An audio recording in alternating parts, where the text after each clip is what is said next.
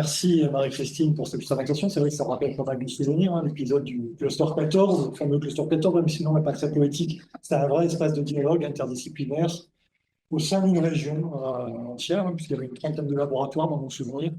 C'était vraiment Joël Le Marec qui était vraiment la cheville ouvrière et l'animatrice intellectuelle et pratique cette belle communauté. Ouais, merci à toi et merci aussi Michael pour cette invitation. Ça m'a donné l'occasion de présenter ce travail qui, pour l'instant, n'a pas été beaucoup présenté, en tout cas oralement. On a eu un séminaire il y a 2 ou 3 semaines là-dessus, mais pas plus. Ça change de diapo. Donc, c'est bon. Et donc, du coup, ça va me donner l'occasion de le présenter. La discussion, ça va faire avancer. On est en cours de publication, ainsi par un chapitre qui devrait sortir dans un bouquin collectif chez Routledge, mais en anglais, sur les épistémologies du Sud. Et puis, donc, le rapport, on espère qu'il sera publié en tant que ouvrage collectif aussi. Et je ne sais pas si c'est possible, mais ça a coupé le... Non, c'est bon. C'est juste que là, on n'est pas bien positionné. Donc, on revient sur la clé d'un peu de départ. Donc, ce que je vais faire, donc, je vais en parler. C'est moi qui viens parler, mais en fait, le travail a vraiment été mené à trois.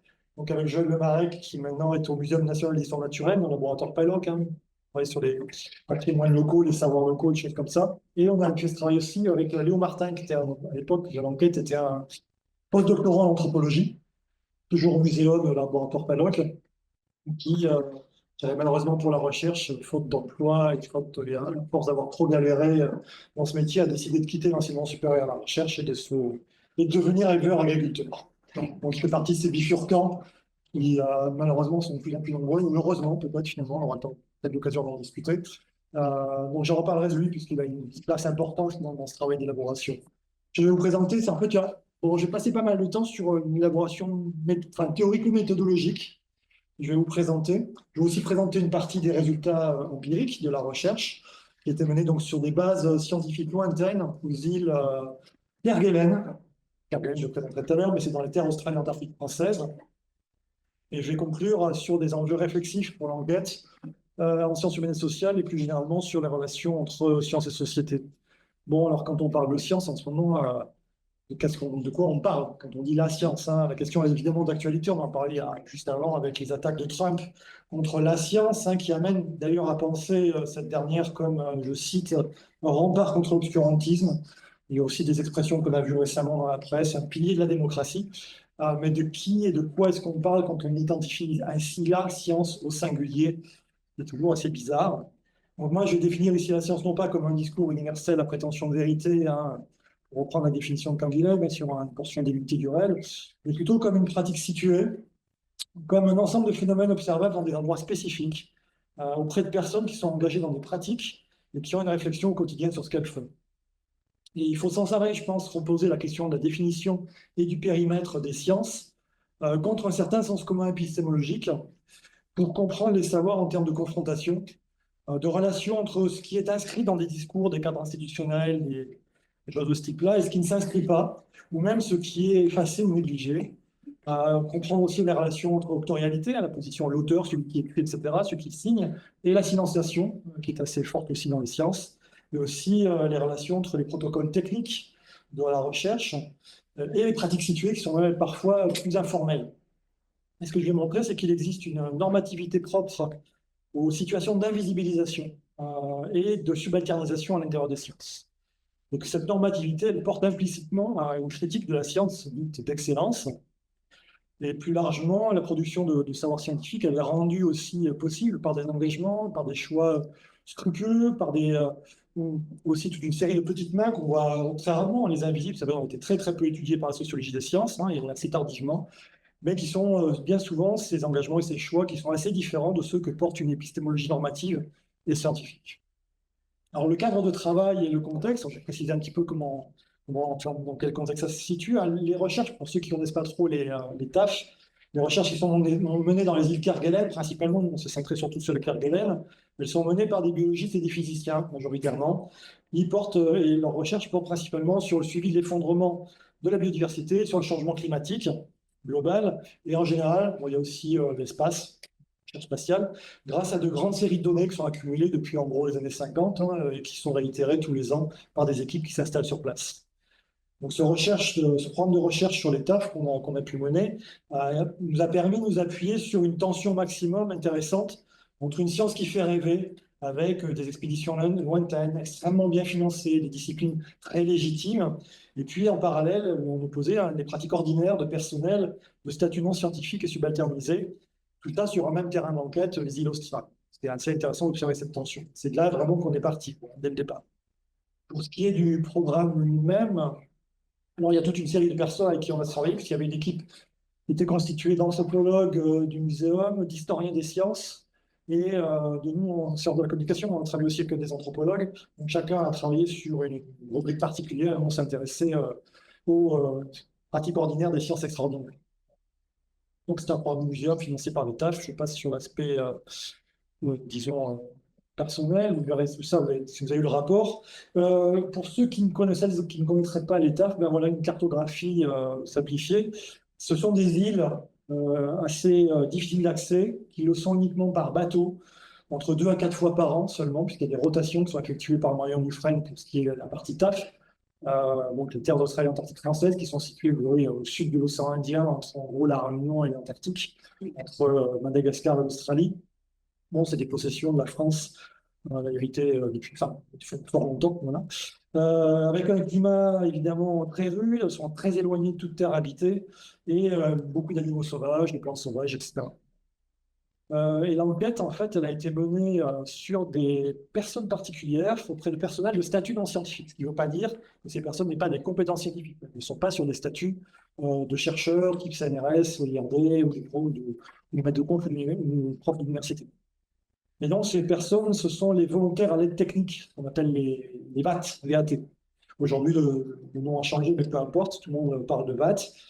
C'est un service, le service du volontariat à l'aide technique, qui a été créé en 1965 dans le cadre d'une loi qui portait sur le service national. Donc, ça permettait de faire le service dans le civil et pas à l'armée. C'est aussi dans le cadre d'une loi sur la coopération, les deux étant liés. Et ces VAT, pour l'instant, n'ont jamais été étudiés par la sociologie des sciences. Et je reviendrai un petit peu plus tard sur leur profil.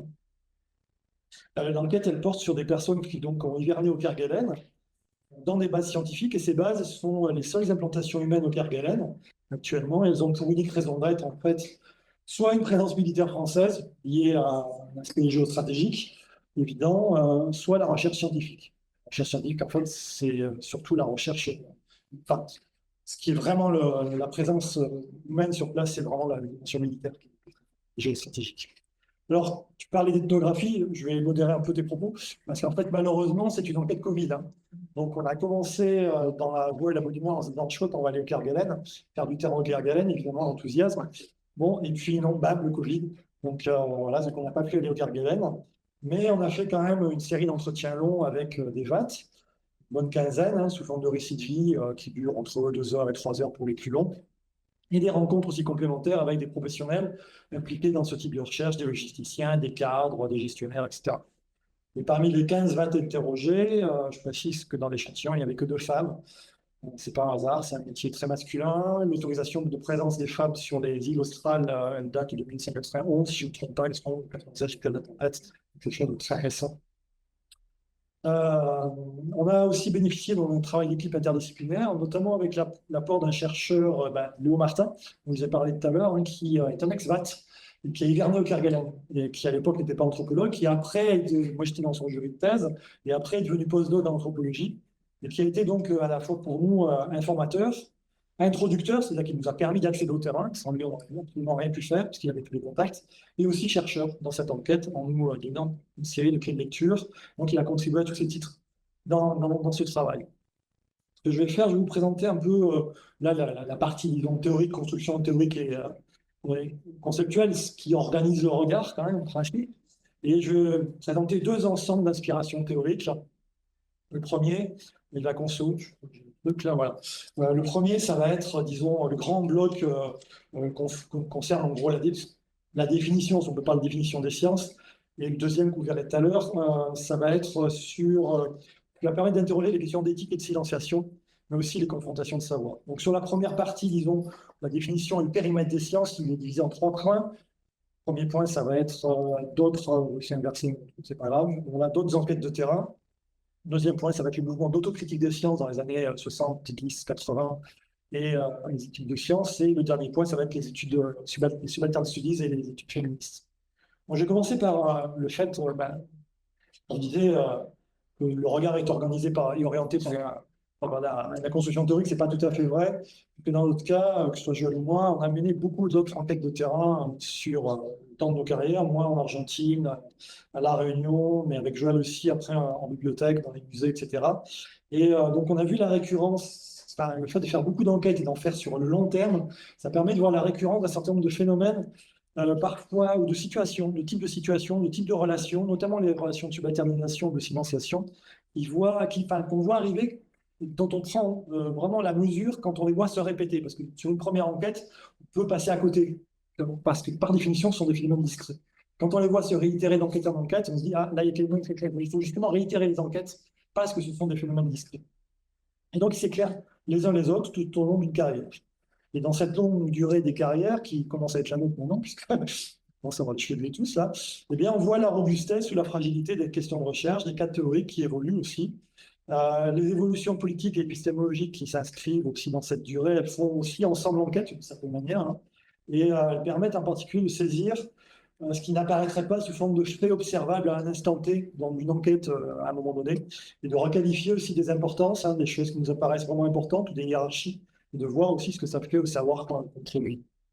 Donc ça, c'est le premier point. Le deuxième point, c'est le mouvement d'autocritique des sciences des années 70 à 80. Alors, en fait, ce sont des chercheurs et des chercheuses en biologie, en physique et en maths, principalement, qui se sont mobilisés dans la foulée de 68, hein, vraiment dans la foulée de 68, pour réfléchir aux finalités des sciences et contester les rapports de domination de genre, de classe et de race qui opéraient et qui opèrent toujours dans les sciences, et qui, cette génération de chercheurs très investis politiquement et très politisés, a produit, entre autres, des revues alternatives, vous avez à l'écran, avec des positions politiques et épistémologiques très fortes. Bon, vous connaissez sans doute Alexandre Grothendieck, il y a aussi Jean-Marc Lévy-Lebon, Pierre Clément, enfin toute une série d'acteurs comme ça. Nous, avec Joël, et puis avec nos doctorants à l'époque, quand on était, c'était un peu avant que le Cluster 14, c'était à l'INS, on a collecté, on a étudié, on a diffusé aussi, on a numérisé et diffusé ces textes au début des années 2000 dans un site que vous pouvez retrouver, c'est celui-là, hein, science-société.fr, tout est accessible gratuitement. Donc on a fait un gros travail des corpus critiques, voilà, il y a une vingtaine d'années. Et en fait, je dirais que ce sujet, la science, elle est si peu habituée à faire l'objet d'une critique et de développer une autocritique que l'idée critique des sciences, elle renvoie parfois aujourd'hui, dans ce qu'on entend, à des positions anti-sciences. Hein, celles qu'on voit s'affirmer au niveau de l'État. On connaît évidemment la position de Fayot aujourd'hui, mais celle de Sarkozy à l'époque, ou celle de Macron aujourd'hui, est bien différente. Donc, c'est évidemment pas de ça dont il s'agissait à l'époque, et c'était plutôt une critique réflexive du fonctionnement de la recherche et de l'enseignement supérieur, pensés comme des rapports de production, hein, souvent d'ailleurs assez fort du marxisme, avec une analyse des rapports et une dénonciation des rapports de domination opérés dans les laboratoires, et une dénonciation, une analyse aussi d'ailleurs des dépendances de la recherche à l'égard des financements et des politiques. Je rappelle qu'on était dans les années 50, dans les années 60-70, ça fait au début quand ça a commencé. Et donc, cette analyse et cette critique a fait voler en éclats le mythe d'une recherche qui aurait été indépendante des passions et des intérêts. Cette autocritique des sciences, donc, qui a vraiment émergé fortement sous la forme de revues dans les années 70 et qui s'est arrêtée dans les années 80, hein, elle a constitué la base de questions et des objets de recherche de ce qu'on appelait plus tard la nouvelle sociologie des sciences, et non évidemment de la Tour et compagnie, qui s'est développée, mais plus tard. Et c'était sur la base de cet activisme autocritique que ça a permis en fait de prendre la mesure de l'hétérogénéité des acteurs et des pratiques regroupées sous le terme de la science, grand-chose, et notamment l'importance des personnes précaires. Donc, je parle par exemple sur le numéro d'impatience qui date de 1975, les dates sont importantes, sur les subalternes des sciences. À l'époque, la sociologie des sciences n'était pas encore là. Et donc, c'est à ce moment-là que les subalternes, la place ont été étudiées, d'ailleurs dans les sciences, mais aussi dans l'hôpital public, la place des femmes, des choses comme ça, la place des personnes racisées, la dimension coloniale aussi du travail scientifique, tout ça a été absolument traité dès le début des années 70 dénoncés, etc., par ces physiciens qui menaient une auto-investigation, une auto-ethnographie de laboratoire et de nombreuses enquêtes très documentées. Enfin, bon. Euh, voilà, donc qui ont aussi critiqué d'ailleurs la dimension viriliste des principes sur lesquels reposent les conceptions de l'objectivité. Donc c'était important pour nous, enfin pour Joël, pour moi, Hervé aussi, et c'était aussi cohérent avec le projet de notre recherche sur les TAF, de ne pas faire appel seulement à une littérature théorique académique, mais aussi de faire appel à des écrits d'activistes, en particulier cette littérature, ces universitaires qui étaient en lutte dès 68 pour une science émancipatrice, décoloniale et dégenrée. Donc, on a pris au sérieux les appels d'Arturo Escobar, que vous connaissez certainement, et ne pas faire une histoire des idées uniquement à partir de sources académiques et de grands auteurs ou de grands savants, mais aussi à partir des idées énoncées par des gens qui eux-mêmes sont des subalternes. Du moins, ne sont pas des carrures installées. Bon, après, Grothendieck, vous me direz, c'est une sacrée carrure quand même, mais il y a le fil. Mais bon, pas tous de ce calibre-là. Troisième, je dirais, source d'inspiration, c'est les subaltern studies, mais aussi les études féministes. Je reviendrai sur le deuxième point, mais le terme de subalterne ici, tel qu'on l'utilise, et il est dénué de tout jugement de valeur. Hein. Il a été travaillé par plusieurs lignées de recherche et de réflexion, notamment qui remontent au cahier de prison de Antonio Gramsci en Europe, mais aussi aux subaltern studies en Inde, dans les années 80, et à l'anthropologie rurale de James C. Scott, ou encore aux études féministes. Et dans ces traditions théoriques, les subalternes peuvent être aussi bien d'ailleurs une classe sociale, hein, mais ça peut être aussi un groupe réduit ou même un individu isolé. Pas de... Enfin, on est sur tous ces éléments-là. Et dans ces traditions, si les subalternes en fait sont des dominés, c'est parce qu'ils et elles ne laissent quasiment aucune trace dans l'historiographie en raison de leur faible accès à la parole publique et en raison de leur faible accès à des positions de pouvoir. Et ce qui caractérise les positions subalternes, d'après Scott, ce sont des formes de résistance souterraines inscrites dans l'ordinaire, dans le quotidien. On a des discours discrets, des discours cachés. On a le développement de sous-cultures dissidentes, par exemple. Voilà, il documente ça. Et ces pratiques ordinaires de résistance, que Scott qualifie d'intrapolitiques, elles repoussent constamment les limites de ce qui est permis, tout en évacuant, en évitant le danger d'un affrontement public et direct avec les dominants hégémoniques. Et depuis Gramsci, un des enjeux pour les sciences humaines et sociales, c'est de documenter justement les subalternisés afin d'éviter le piège bien connu des histoires racontées par les vainqueurs. L'histoire des États, l'histoire des hommes célèbres, l'histoire des grands savants, l'histoire des grandes découvertes. C'est ce type d'histoire. Bon, vous avez tous appris à l'école, dont il faut arriver à se défaire. Parce que ce n'est pas la seule histoire possible. Et pour l'ensemble de ces auteurs et autrices, hein, de ces courants théoriques, là, qui ont fait l'expérience de la subalternité eux-mêmes, hein, comme monde souvent d'un groupe invisibilisé, ça revient aussi à porter la critique des effets de domination qui opèrent depuis le monde académique, notamment dans les sciences humaines et sociales, quand elles documentent justement l'histoire, la culture, la politique, les arts et les savoirs. Donc il faut faire ici un lien aussi avec les féministes qui ont transformé dans la recherche, les féministes ont réussi à transformer dans la recherche en prenant appui aussi sur leur expérience de l'invisibilité et de la position, l'invisibilité et ce que la position de dominé permet de voir que ne voient pas les dominés. J'en reviendrai là-dessus, mais il y a des effets de clairvoyance liés à la situation de subalternité, de domination, d'être dominé, qui donnent une plus grande clairvoyance, et ça, on s'en est rendu compte depuis très longtemps dans nos enquêtes avec Joël. Voilà. Donc ça, c'est le premier point, disons, d'influence théorique d'intérêt qui a organisé notre regard. Le deuxième point, c'est sur la question des confrontations de savoir et des relations, restrictions, financiation et les questions d'éthique. Là, il va y avoir deux sous-parties, une approche ethnosémiotique, on va dire plutôt sémiotique, et la théorie du quel. Alors, pour l'approche sémiotique, je ne vais pas vous faire non plus un cours de sémiotique, parce que il est plus depuis, comme je suis bien Foucault, je pense que voilà.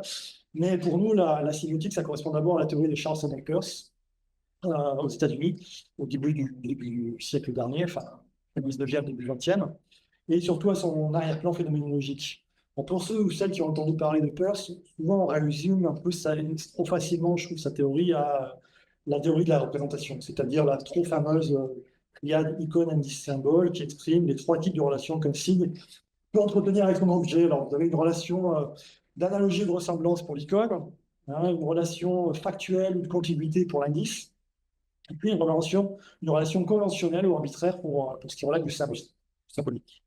Et dans l'usage qu'on fait de Peirce depuis pas mal d'années avec Joël, hein, on mobilise plutôt les trois grandes catégories phénoménologiques qui constituent l'amont de la théorie sémiotique. En grosso modo, mais je vais être très rapide, hein, mais On va en reparler si ça vous intéresse, mais ce que Peirce dit, c'est que trois grandes catégories sont nécessaires et suffisantes pour analyser tous les phénomènes de signification, et je pense aussi de communication, et que ces trois catégories sont imbriquées les unes dans les autres, un peu à la manière de poupée russe, ou si vous préférez, un peu sous la forme de syllogie.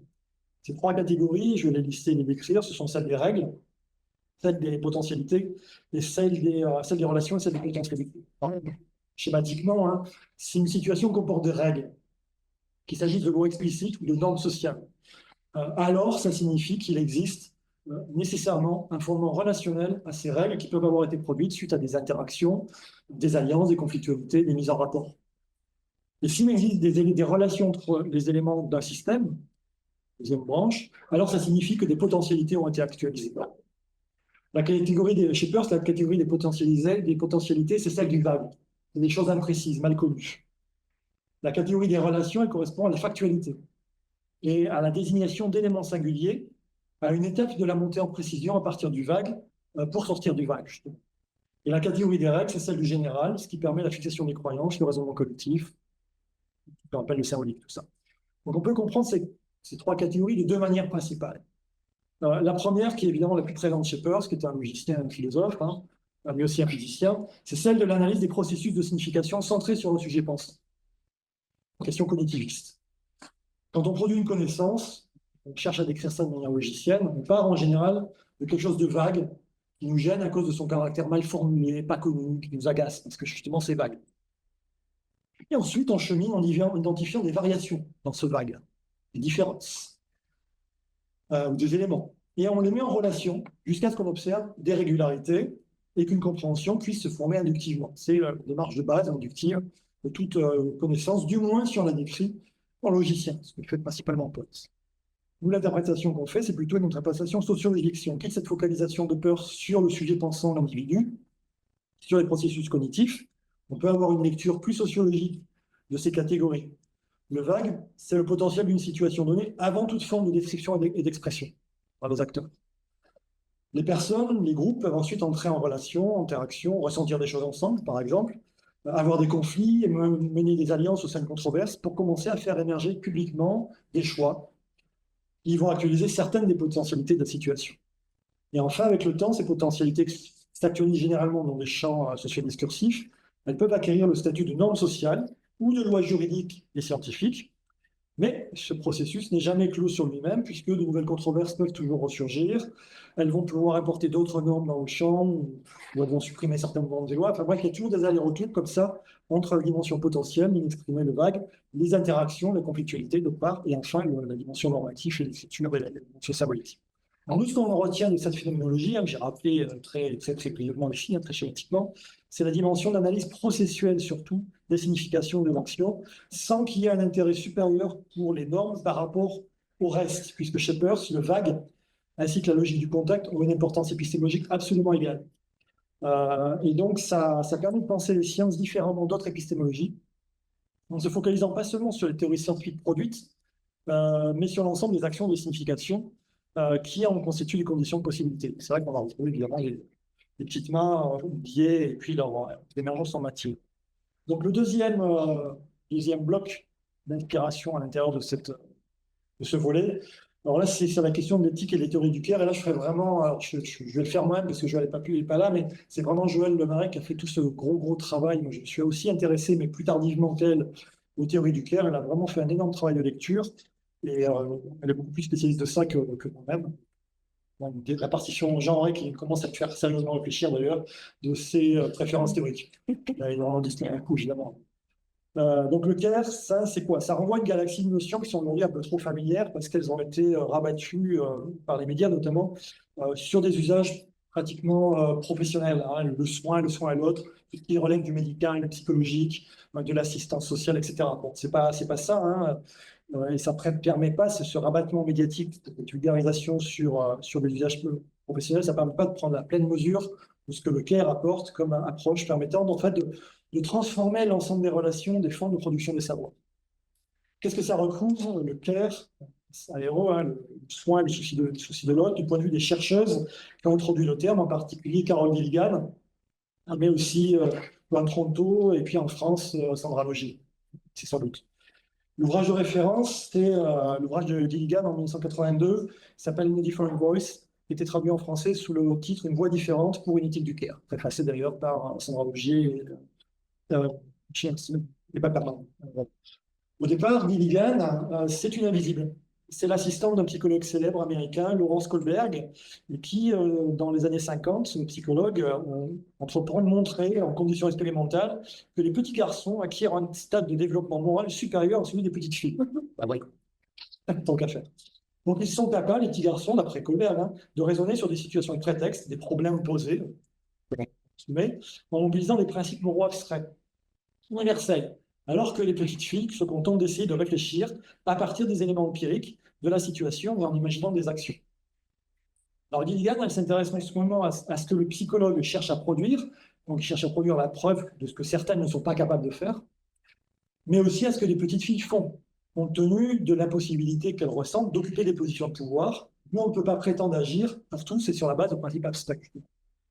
Mais ce que font ces petites filles, c'est qu'elles mettent en œuvre en fait un principe de responsabilité. Comment faire en sorte que les choses marchent, que les problèmes soient résolus, que la vie sociale et la relation sociale, que le tissu social soit entretenu. Tout à fait différent comme forme de conceptualisation morale, du rapport à la morale.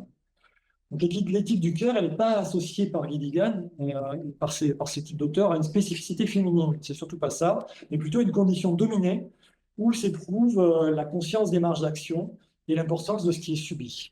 L'éthique du care, elle est pratiquée par des femmes et par des hommes qui sont exposés à la précarité et à la vulnérabilité dans des conditions où la fiction abstraite des principes universels et des sujets autonomes ne tient pas.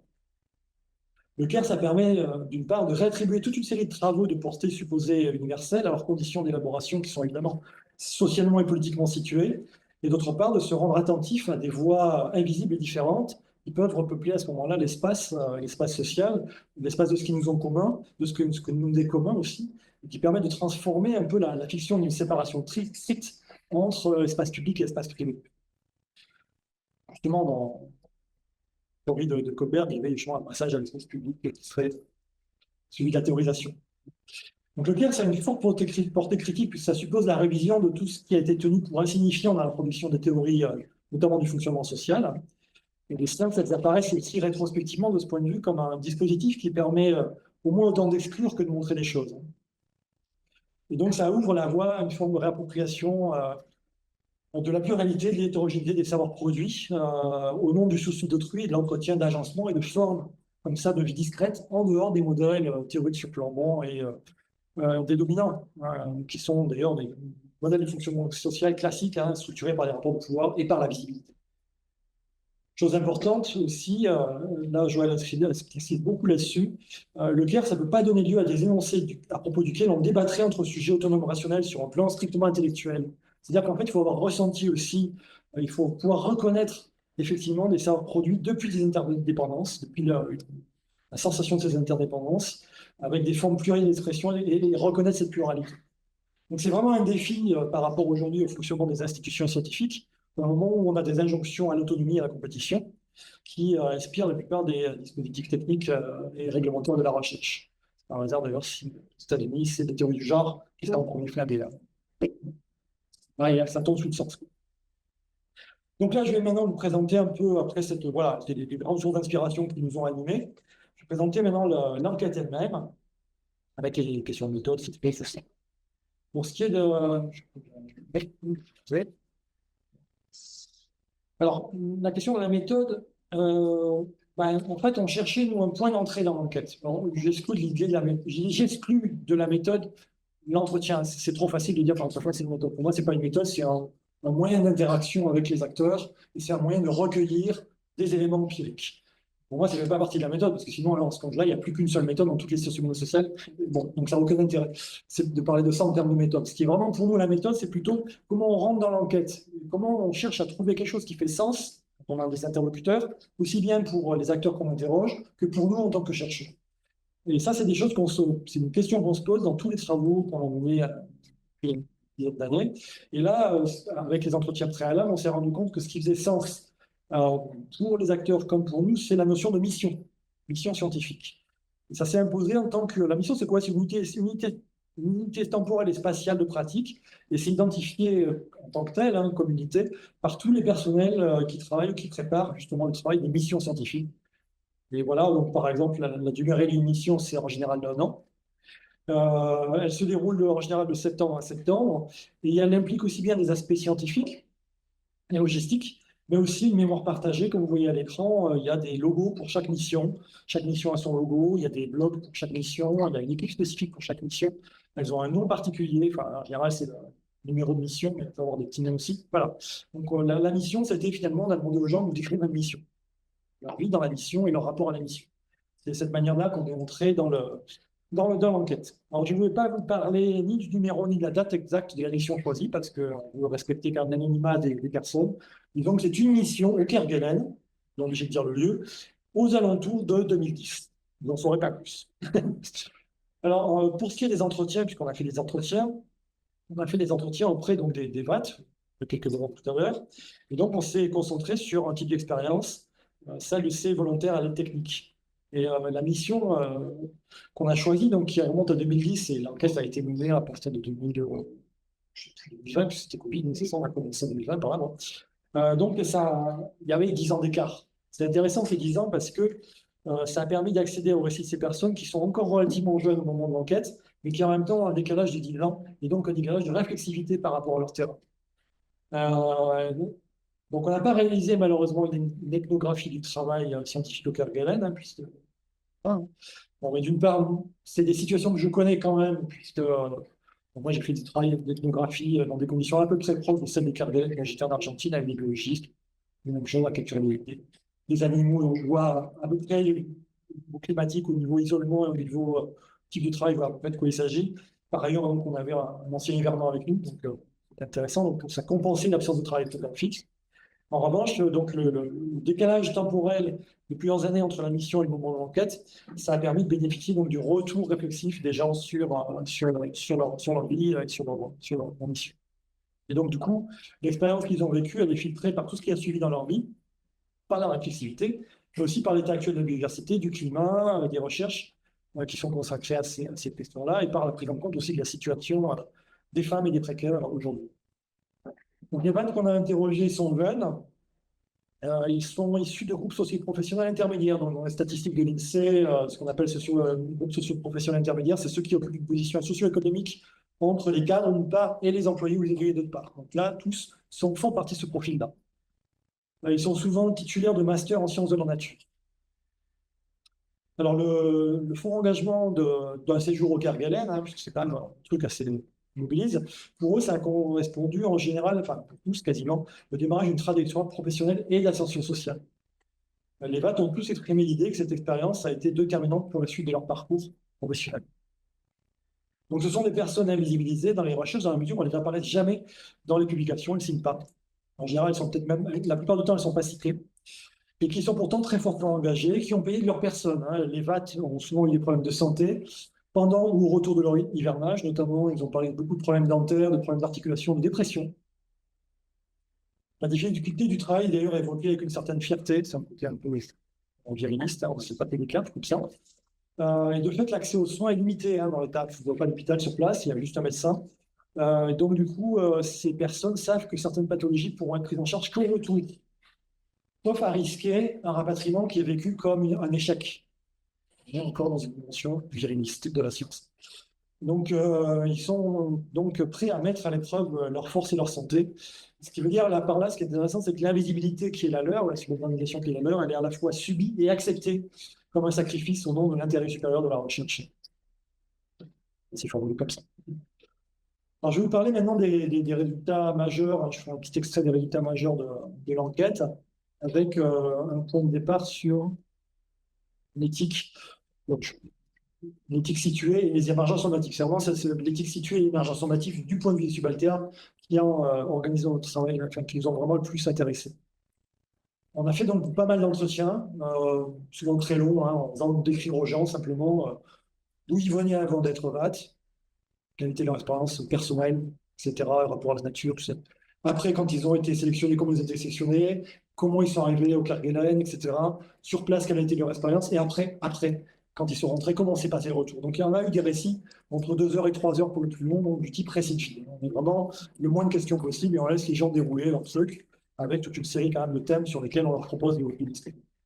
Et donc, dans les entretiens, on a ce qui apparaît, c'est de nombreux écarts par rapport au protocole de recueil des données. Alors, pour ceux et celles qui ne viendraient pas de l'évolution scientifique, le protocole, c'est un ensemble de préconisations écrites qui définissent un type de recueil de données qui doit être fait. Voilà, vous faites un transect de tel endroit à tel endroit et tous les 20 mètres, vous prenez 10 cm² d'observation de la biodiversité des plantes, par exemple, avec des prélèvements de telle plante. Ça va être, je schématise, mais grosso modo, c'est quelque chose de très formalisé. Vous avez dans plein de disciplines, de la biologie à la physique, on appelle des protocoles. Et donc, on a des tas d'écarts par rapport aux protocoles de recueil de données qui sont imposés par les laboratoires hein, et que sont supposés respecter les VAT. Ces écarts ne sont pas liés tous à des contingences, il y a des erreurs, loin de là, mais à des choix effectués en situation de contact avec le terrain. Donc avec Joël, avec Léo, on a choisi le terme d'émergence normative pour qualifier ces choix qui relèvent d'une éthique située qui peut, dans certains cas, et il y aura des exemples, s'opposer aux normes de rationalité scientifique. Ce qu'on appelle l'émergence normative, ce sont des règles de conduite qui sont activées dans des situations de contact, alors soit entre les personnes, entre elles, soit avec une réalité empirique du terrain, et qui ne sont pas nécessairement, évidemment, inscrites dans le règlement des organisations, etc. Donc on peut aussi... dans quelques exemples, ce sera plus simple pour vous pour comprendre. Et d'ailleurs, dans les entretiens, les exemples sont nombreux. D'abord, on peut avoir une série de désobéissances par rapport aux protocoles qui sont faites au nom du respect de l'animal qui est pris dans son individualité. Là, j'ai les exemples, là, on va les lire. Voilà. Donc là, c'est un VAT, un garçon, qui nous dit, voilà, ça nous est arrivé, par exemple, sur un grand albatros, de le retrouver avec une bague qui a été mal posée et qui avait blessé la patte. Là, on l'avait carrément débagué sans le rebaguer. Ça nous avait été un peu reproché, le fait de ne pas l'avoir rebagué. Mais sur le coup, on s'est dit, il a assez donné, on l'avait soigné avec la trousse de secours qu'on avait, et puis on avait enlevé la bague. Deuxième exemple, toujours un VAT, un vote. Les oiseaux qu'ils prennent dans les filets, on les ramène à la cabane, on leur pose une bague, et il peut y avoir différents prélèvements qui sont faits, du sang, un plus. Ça, c'était pour de la génétique ou d'autres types de travaux. Il y avait notamment certaines espèces visées par ce qu'on appelle des flushs. Un flush, c'est-à-dire qu'on fait vomir l'oiseau. On lui fait ingurgiter de l'eau et il vomit le contenu stomacal. Dès que les parents s'y étaient opposés, d'une façon ou d'une autre, on ne l'aurait pas fait. Il a quand même fait un sacré voyage. Il a parcouru quelques milliers de kilomètres en mer. C'est des fois des oiseaux gros comme des hirondelles. Mais ils ont traversé la tempête, ils ont poussé à mourir. Jadis, je pense que ça se fait plus maintenant, les oiseaux revenaient et il y avait une forme de torture. Alors j'imagine d'aller faire vomir une fois, 2 fois pour récupérer l'intégralité du contenu stomacal. Pendant ce temps, les poussins n'avaient pas à manger. Il y a le côté éthique qui rattrape certaines missions et là, il n'était pas question de tomber là-dedans. Donc on voit c'est la rencontre directe, le contact avec les animaux dont les VAT perçoivent la fragilité, les efforts, l'individualité, qui active une norme du souci d'autrui. Et cette norme, elle s'oppose évidemment aux critères de rationalité qui en principe sont indifférents aux intérêts individuels, ils sont faits pour ça, les protocoles, ils sont indifférents aux intérêts individuels, qu'il s'agisse de ceux des animaux ou de ceux des VAT. Parfois, ces émergences éthiques, elles conduisent à des refus d'exécution qui peuvent porter préjudice aux VAT dans leur carrière. Et ça montre à quel point, justement, ces questions éthiques peuvent prendre le pas sur la routinisation de la pratique qui est très, très forte au Kerguelen. On a l'impression que c'est partir pour l'aventure, mais en fait, dans tous les récits qu'on a eus, c'est quelque chose de très routinier. Il nous parle beaucoup de métro, boulot, dodo, en quelque sorte. Et donc, ça montre à quel point donc, ces questions éthiques sont fortes. Et comment aussi ça redonne un pouvoir d'agir et de contester aux subalternisés. Alors, les normes d'action implicite qui relèvent d'une morale du soin au vivant, c'est ce qu'on voit avec ces oiseaux-là, mais aussi aux personnes et aux choses, elles entrent en tension avec évidemment l'idéal d'une rationalité scientifique abstraite et qui refuse en principe tout attachement aux animaux, du moins publiquement et au plan institutionnel. Enfin, on a eu des interviews aussi avec des biologistes en poste, donc on a eu certains biologistes de terrain qui ont pu exprimer un souci pour les animaux.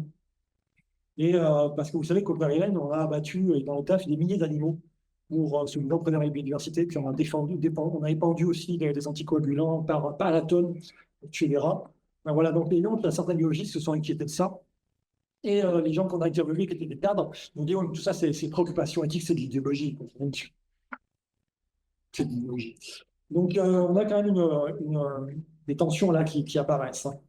Alors, de leur côté, les VAT, ils discutent entre eux lors des missions sur le terrain, parce qu'ils sont isolés, ils ne sont plus avec leurs patrons, ils sont restés en France, en labo. Les patrons de mission ne sont pas forcément sur place, et quand ils vont sur le terrain, ils sont dans des cabanes, ils sont en général 2 ou 3, complètement isolés. Donc, ils discutent entre eux. Et effectivement, les normes alternatives qu'ils adoptent, donc les normes éthiques dont on vient de parler, elles restent en général limitées à des pratiques discrètes, pas sans vanter de ne pas avoir un bagage minimal, mais elles permettent aussi de partager des importances et éventuellement de se projeter. On peut penser que ça permet de se projeter dans d'autres modes de faire, d'autres façons de faire science à l'échelle collective. Alors, on peut aussi interpréter des décisions qui s'opposent au protocole, non seulement qui s'opposent au protocole, mais aussi qui sont des dilemmes. Donc, une même personne peut tout d'abord exprimer le respect d'un animal pris dans son individualité, comme on vient de le voir avec l'albatros, qui a refusé de rebaguer. Mais dans la suite de l'entretien, elle va alterner entre un sentiment de culpabilité et le respect des normes de rationalité. Et la suite de l'entretien, voilà. La personne donc, dit on capture un sourcil noir. Un sourcil noir, c'est un oiseau. Et puis arrive, et puis même s'il est debout sur son nid avec l'œuf en dessous, un grand lac qui arrive pour un oiseau. Et enfin un squat. Un squat, c'est un oiseau charognard, prédateur, carnivore. Donc un squat qui récupère l'œuf en une fraction de seconde. On n'a même pas eu le temps de réagir. Et là, c'est vrai que c'est pesant parce qu'on se dit, ça y est, c'est notre faute. C'est des animaux qui font un œuf par an, plutôt tous les 2 ans. Et puis là, on a compromis leur reproduction. Après, c'est pas arrivé très souvent. Ça arrive une fois avec mon collègue sur un sourcement, justement. C'est pour ça que je raconte l'anecdote. Mais après, généralement, nous, on fait quand même attention à ça. En tout cas, nous, on voulait justement pas avoir une influence négative. On sait que forcément, quand on fait des cycles démographiques comme ça, il y a forcément un impact sur ces espèces, en tout cas sur ces colonies-là. Mais après, c'est pour la recherche et ça permet aussi d'accumuler des connaissances sur ces espèces et de faire de la conservation derrière. Donc on voit que la fin de l'extrait, elle revient sur l'accumulation de données pour justifier du caractère intrusif de la manip et ça compense la culpabilité qui est exprimée juste avant. Donc on vient apparaître le dilemme, tension, qui est beaucoup étudié dans les théories du clair, je ne pas Gilliam, c'est ce qu'on dit là. Alors parfois, il n'y a pas de dilemme, proprement dit, mais plutôt l'expression d'une proximité avec un animal chez qui on perçoit les marques d'une survie difficile et d'un courage qui force le respect. Donc, on a eu un VAT où on lui posait des questions sur les rapports à la nature, sur les rapports aux animaux, au Kerguelen, et lui, il a choisi de nous parler d'un chat parce que parmi les animaux honnis par les biologistes de la conservation, il y a les chats qui ont été importés par des scientifiques aussi, puis pour lutter contre les rats. Bon, et donc du coup, il y a beaucoup de chats au Kerguelen, et il y a des programmes de régulation des populations de chats. On les étudie, mais aussi on les régule. Réguler, vous savez ce que ça veut dire, hein, bon. Voilà. Donc là, il a choisi de nous parler. Alors lui, il ne tuait pas, il les étudiait.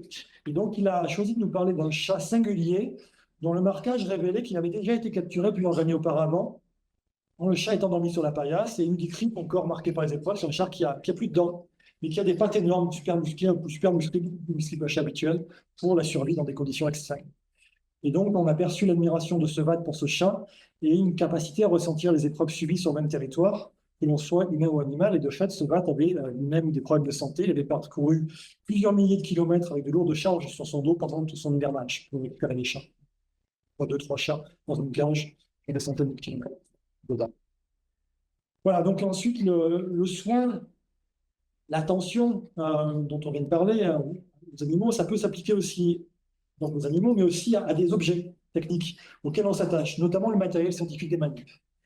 Et les gens mettent beaucoup d'énergie à les entretenir en allant parfois au-delà des attentes des laboratoires afin de les faire durer quand elles sont menacées par des changements de programme. Alors là, un exemple intéressant, là c'est une fille, c'est un manip en biophysique à propos, ça c'est de la mesure des marées. Donc elle nous dit, ouais, c'était ma chouchoute, celle que j'avais tous les mois, forcément, il y a plus d'applications, elle a effectivement à un moment donné parlé d'abandonner cette manip. C'est pour ça que j'avais fait un gros travail pour améliorer les enregistrements des données, d'en avoir le plus possible, de n'en rater aucune session, et même d'en rajouter pour essayer de dire, bon, non, celle-là, il la faut, elle permet de récolter vraiment de la donnée. Donc je crois que ça va durer encore quelques années, mais il me semble que malgré tout, elle a fini par s'arrêter. Donc voilà, cette éthique situelle, ça s'applique aussi aux choses, et pas seulement aux animaux. Elle va aussi s'appliquer au sein des VAT eux-mêmes, et au-delà. D'entre elles s'organisent en fait pour mettre en place des rotations parmi les personnes qui vont réaliser des manips et des sorties sur le terrain, puisque les VAT peuvent inviter d'autres types de personnel parmi les GME pour aller en manip, et ou des VAT d'autres disciplines. Et cette auto-organisation, l'idée, c'est de permettre à chacun de profiter du séjour pour découvrir les spots intéressants, les Kerguelen, sortir de l'univers quand même assez limité de la base. Alors, il y a quelques années, on aurait pu considérer tous ces exemples de détournements comme des détournements d'usage, des détournements de normes, sans rapport avec la question des savoirs. On aurait pu aussi voir que c'était des reliquats d'un anthropomorphisme qui perdure jusque dans les espaces un peu les plus rationalisés. Mais en fait, les travaux de ces 20 dernières années, je dirais, en anthropologie de la nature-culture, hein, en études de sciences aussi, ont permis aussi de resituer cette rationalité abstraite, etc., comme une ontologie contingente, socialement et historiquement construite. Hein, on voit les travaux de Descola, Latour, etc., Viron et Mastron.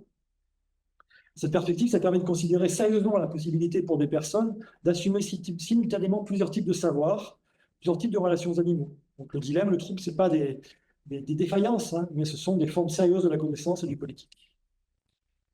Je poursuis avec les grandes catégories du discours. Il reste encore un quart d'heure. Je vais assez vite.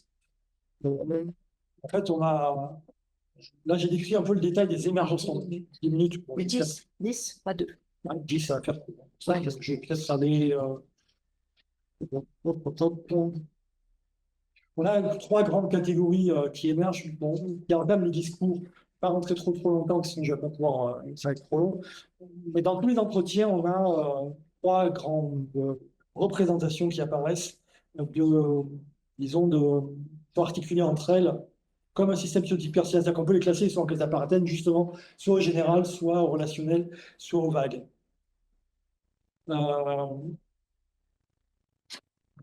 Le premier, ça va être l'humain comme représentation vague, comme ambivalent. Moi, tous les entretiens en fait qu'on a menés, ça terminé en nous disant, ce qui nous a marqué, c'est la relation humaine, des choses très vagues que les gens eux-mêmes n'arrivaient pas à qualifier. Ils nous disaient eux-mêmes qu'ils n'arrivaient pas à qualifier. Donc, on a vraiment des gens qui sont partis pour vivre une aventure qui reviennent avec l'idée que ce qui était vraiment important, c'est l'humain, mais au sens soit de la relation humaine, soit de quelque chose qu'on ne sait pas définir. Donc, qui ne s'éprouve pas facilement, tout simplement parce que le contexte n'est plus là.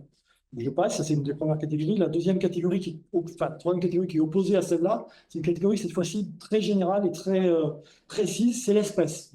Tous les raisonnements sur l'espèce, sur les animaux qu'on peut tuer, ceux qu'on ne peut pas tuer, parce qu'au plan éthique c'est possible ou c'est pas possible, en fonction de leur niveau d'endémisme. Donc on peut tuer les souris, ça c'est normal. Par contre, on ne peut pas tuer 50 autres animaux parce qu'ils sont pas endémiques. Voilà, bon.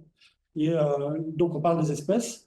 Et l'espèce humaine est évaluée dans sa présence et dans sa légitimité d'être sur place, en fonction aussi de ce rapport d'endémisme, en disant finalement, on a beaucoup d'entretiens qui nous disent, bon, ben, finalement, les humains n'ont rien à faire là-bas. Et le troisième catégorie qu'on a repéré, qui nous a plus intéressé cette fois-ci, c'était l'individualité, une manière de cohabiter dans un monde d'interaction. Et là, c'est une troisième représentation qui n'est pas désignée par un terme. C'est nous qui l'avons désignée à partir d'un regroupement de choses qu'on a vu apparaître dans les entretiens. Et elle est vraiment liée à l'expérience directe, aux rencontres d'interaction avec les animaux. Et elle va correspondre à la singularité des attachements. Voilà. Et ce qui est déterminant, c'est pas un énoncé vague, ni un discours précis et général, mais c'est vraiment, ça va identifier un individu incarné dans l'intérieur duquel on peut se projeter, même de manière superficielle. Je trouve que j'ai un extrait d'entretien qui va nous faire comprendre ça. Un enquêteur qui en demande, tu les connaissais, les otaries, tu les reconnaissais, des aspects physiques qui permettent de reconnaître tel individu par rapport à tel autre. Le VAC nous dit, ouais, c'est plus dans mon point l'individu, entre les bien nourris ou les mal nourris. Non, autrement, à part un numéro de bague, ils se ressemblent un peu tous. Après, effectivement, c'est vrai qu'à force de les manipuler tous les jours, on voit qu'il y en a certains qui ont un caractère différent. Comme je disais, il y en a qui se laissent manipuler, d'autres sont toujours un peu hargneux. Quand ils nous voient, ils cherchent à aller à la mer pour qu'on ne puisse pas les attraper. Effectivement, ils ont tous un petit peu leur caractère. Question après, c'est ces traits de caractère que tu les as remarqués à partir de l'école. Dans mes souvenirs, c'est surtout la période où on a commencé à les poser tous les jours, où là vraiment, mais en fait, ils étaient déjà habitués à nous avant. Mais ce que je me rappelle le plus maintenant, c'est vraiment cette période-là où pendant un mois, ou un peu plus de mois, on va les poser tous les jours, les otaries, et il y en a certains, au bout d'un moment, ils se laissent faire. Donc là, ce qui est intéressant, c'est que l'identification d'une individualité, c'est d'abord dans le temps long de la répétition routinière des manips. Donc, on a un peu un paradoxe, hein, c'est que la routinisation qui est supposée faire créer de la distance scientifique par rapport aux objets, ici, elle crée au contraire de l'identification et du rapport direct, et du rapport et une attention particulière. Et ce n'est que ceci a un partage minimal d'intériorité avec l'animal, notamment, que les VAD peuvent désobéir à un protocole en revendiquant une position active. Je vais conclure. Donc, pas de problème. J'ai passé 2-3 trucs pour le temps. Donc, dans cette enquête, on s'est appuyé, donc je l'ai déjà dit, hein, sur d'autres séries d'enquêtes où on a déjà observé le même type d'émergence somatique. Sinon, ça ne nous aura pas autant frappé chez des personnes et des groupes subalternisés. Donc, ce n'est pas uniquement un cadrage théorique qui en regard, mais c'est aussi une expérience sur différents terrains. Donc, il faut revenir aussi à la conception de l'enquête qui est la nôtre avec Joël et puis avec les personnes. Hein. C'est moins de collecter des données que d'apprendre nous-mêmes des relations et des situations auxquelles on prête attention et dans lesquelles, en fait, on est impliqué et non extérieur. Surtout dans le cas des études de sciences, on ne peut pas être extérieur à ce qu'on travaille, comme les scientifiques humains. Cette conception de l'enquête, elle structure d'ailleurs une partition très différente de celle qui oppose les sciences sociales aux sciences de la nature, puisqu'il nous arrivait de nous sentir, sur certains terrains, on a fait beaucoup d'interdisciplinaires avec Joël à une époque, donc on s'est senti parfois beaucoup plus proche de certaines disciplines de la biologie, notamment de biologie de terrain, comme en pédologie ou en écologie, que des pratiques scientifiques beaucoup plus formelles dans certaines sciences sociales. Là, le rapport au terrain crée des liens. Et donc, la question du contact peut créer des liens interdisciplinaires que ne créent pas parfois les élaborations théoriques. Dans ce type d'enquête, ça donne aussi accès à une caractéristique essentielle du savoir. Hein. Les personnes précaires ou en situation de domination, elles en savent souvent plus sur le fonctionnement social de celles et ceux qui sont protégés ou en situation de domination, qui sont protégés surtout par leur pouvoir. Et surtout, elles ont souvent des préoccupations éthiques supérieures. Ça, je l'ai vu sur d'autres terrains aussi en Argentine. Par rapport à des gens qui sont en situation de domination. Du coup, certaines idées qu'on tire de l'expérience pratique de ces personnes, elles ont parfois pour nous une valeur théorique supérieure à ce qu'on peut trouver parfois dans la littérature scientifique. L'enquête fondée sur les tafs, elle a renforcé cet approche des savoirs. Un des points de conclusion importants pour nous sur les VAT, sur l'enquête, c'est la question suivante. Finalement, les subalternes, est-ce qu'ils sont condamnés à l'implicite, au texte caché, un peu, c'est la parole du Scott, tout ça, hein, à la discrétion de celles et ceux qui auraient trop à perdre pour se confronter publiquement à leur dominant. Bon. Est-ce que les normes éthiques qu'on a repérées chez les subalternes, elles peuvent finalement quand même, à un moment, est-ce qu'elles peuvent s'inscrire publiquement et structurer finalement des pratiques collectives Parce qu'en fait, ces phénomènes, ils laissent quand même imaginer une autre science que la science de la rationalité abstraite et du détachement, etc. Hein. Il ne serait pas... Bon, voilà. Et il se trouve que, bon, juste pendant l'enquête, il y a des articles qui ont été publiés récemment dans la presse au sujet d'un conflit social entre les VAT et leurs employeurs en Antarctique, notamment à propos du salaire et des conditions de travail. Donc, on a constaté qu'un nous des subalternes, une dimension collective, a émergé et s'est exprimé, là, pour le coup, dans l'espace public. C'était publié dans Le Monde et Marianne, quand même. Donc, l'inscription de l'hivernage dans un parcours professionnel qui est lié à des sciences prestigieuses est très légitime aussi. Hein. Ça explique le caractère sans doute assez tardif, c'est arrivé en 2020 et 2023, je crois, cette publication, hein, de caractère très tardif de ce mouvement revendicatif, n'empêche qu'il est là. Hein. Voilà, donc là, la confrontation sur avec les institutions, elle porte plutôt sur les conditions de travail que sur une épistémologie de la recherche, en gros. Mais on ne sait pas si cette émergence d'un nous collectif, elle ne va pas finalement, au bout d'un moment, à force de discussion, structurer autre chose, sur la base des émergences normatives qu'on a décrites. En tout cas, ça converge avec d'autres luttes contemporaines qui ont vu des subalternités s'exprimer dans l'espace public et revendiquer un pouvoir de parole et d'action. Évidemment, avec le mouvement MeToo, les femmes ont rendu collectivement intolérable une culture du viol, jusque-là tenue pour inexistante. Mais aussi avec le mouvement des doctorants et des doctorantes et des vacataires en lutte contre la précarité à l'université, on a toute une frange de la jeunesse qui a dit non à une norme de maltraitance institutionnelle dans les institutions universitaires. C'est quasiment la norme. Hein. On en parlait avant de démarrer. Donc, ce qui ne s'exprimait pas il y a une décennie, notamment à l'époque de l'hivernage des VAT, dans les années 2010 par là, ce qui restait à l'état du texte caché, de implicite, etc., c'est à passer aujourd'hui à l'étape de la contestation publique et médiatique. Comme d'autres choses, il faut quand même beaucoup de temps pour que les femmes s'expriment et arrivent à dire ce qu'elles ont à dire, et puis aussi pour que les précaires de la recherche et les subalternisés arrivent à dire ce qu'ils ont à dire. Et là, dans le contexte un peu plus général, contemporain, vous connaissez des scientifiques en rébellion contre une action politique, hein, et aussi parfois contre leurs propres institutions, pour préserver un environnement viable, avec la diffusion sociale aussi des avancées conceptuelles de l'anthropologie et de la nature-culture, hein, et aussi avec le constat quand même du désastre de l'anthropocène, dont on sait qu'il est parfaitement lié à la technoscience. Et bien, qui sait si ces autres formes de savoir ne vont pas alimenter d'autres formes d'intérêt épistémique. Parce que les épistémologies des sciences n'ont jamais été finies, et un continuum, c'est une transformation constante. Donc, vous pouvez imaginer aussi qu'il y a des sciences qui se basent non plus sur la distance, la séparation, la coupure, l'abstraction, mais sur des choses plus de proximité, de contact. Voilà.